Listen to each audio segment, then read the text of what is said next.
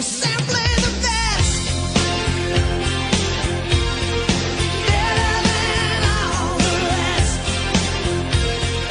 Hello, JPA here, welcome back to the channel. And in today's video I'm going to attempt to discuss Rangers versus St Mirren from last night. I know it's a little bit late in the day, but I have been working, so I'll just get straight into this video, guys, and we'll do as much as we can to talk about this game. Now, if you watched my previous video, which was the prediction video for this, I did predict 1-0, and normally I'd be delighted to get a result right, but I'm kind of sitting here a little bit disappointed. I'd love to come out here and say I was completely wrong. We won 6-0, that would have been brilliant. It just was not the case. It was a very, very dull game, very boring, and I just kind of knew that this was going to happen. I'm not saying I'm kind of Mystic Meg or anything, but you just knew that with Jim Goodwin's comments and the way that teams usually sit at Ibrox that they were going to make it very difficult for us. They were going to make it very frustrating for us, and that seemed to be the case, but I don't think that was all it was down to. They had their tactics, but they were still playing a little bit open, and I think we could have probably created more if we were just a little bit sharper. I think maybe halfway into the season, you know, if we get a good run of games is what I mean, and we come back to this game, we would have hammered them easily. I really do believe that, but it's just that little bit of rust that we seem to get after every single break. It happens after every single international break as well, and it happens after the winter break, or the two winter breaks certainly since Gerard's been here. We've had these issues. Good to report that it's not as bad as last year, where we came back and obviously didn't play that game, which I thought was vital in the Scottish Cup. That one got postponed against Cowdenbeath, and it meant that we had a lot of that rust going into that Kilmarnock game, which we ultimately lost that game. I'm not saying that's the only reason we lost the game. Obviously mistakes were made. I'm sure you all remember Joe Worrell trying to take on a player and completely just running into him and losing the ball, and the rest is history. Obviously I think that was a damning thing in our entire season. It really just had a major effect on us.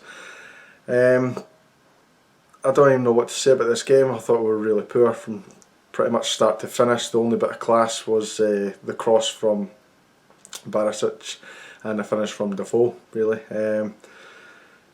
Not really a lot happened in the first half. We had a couple of half chances. Katic had a chance, Kent had a chance, but nothing clear cut, and we've got what it takes to break them down. We just didn't do it.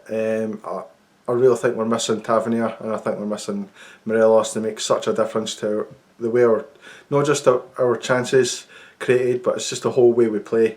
Now if you look at the way Flanagan played, for example, and I didn't want to keep picking on Flanagan, but for me he was the weakest of a bad team.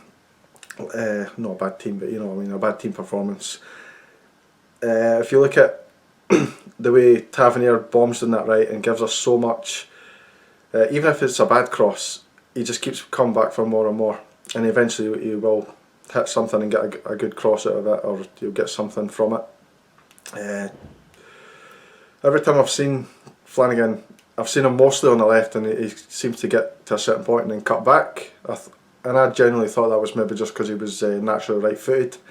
He couldn't take it on his left. It doesn't seem to be the case. He did that on the right as well. I don't know what it is. Is he scared to take players on? He's no got the crossing ability. And it was actually, ironically, his cross that eventually led to our first goal.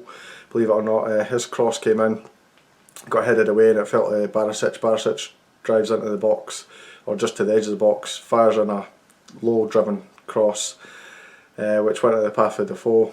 Defoe hit it. I think it took a little bit of deflection and went in.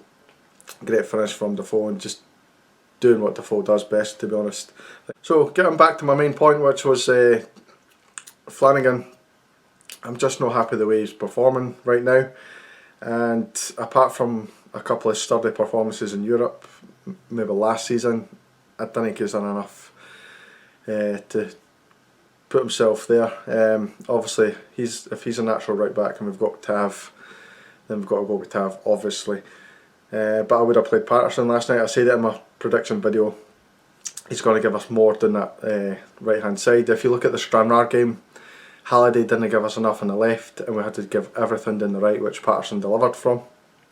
This game was a polar opposite, where nothing was going down the right at all because of Flanagan just no willing to take anybody on, and Barisic was the one having to bomb up and down the left and provide it, a lot of the crosses that way. It'd be good to have maybe a little bit of both, and obviously you only get that with Barisic and Tav. You didn't get with Barisic and the likes of Flanagan, for example. And I don't think you probably would have got that with a poster either, which is why I did suggest Patterson should have been the man to be at that right back spot. Not really going to go on too much. For me, man of the match was probably Barisic. I know Aribo got it in the official match report, and Rangers TV gave him it as well. I think he did put a lot of effort in, but I think he was lacking a little bit of quality, in my opinion. I thought Ojo was really good when he came on. He was very positive. He could have scored. He had a shot towards the end that just took a deflection, it just took it wide. The only criticism I will make was he burst into the box and he could have hit with his right foot. He pushed onto his left foot, and eventually I think he passed it in to try and hit someone else and get them to score. I can't even remember who it was at the time, but I think he probably could have hit that with his right foot and scored himself, or even his left and curled it like we've seen him do countless times in the first few games of the season. That's pretty much it, guys. There's not really anything else to talk about in that game. If you can think of anything, put it in the comments. And if you're new to the channel, please subscribe, as I always say, and we'll see you in the next video, guys. Cheers, thank you.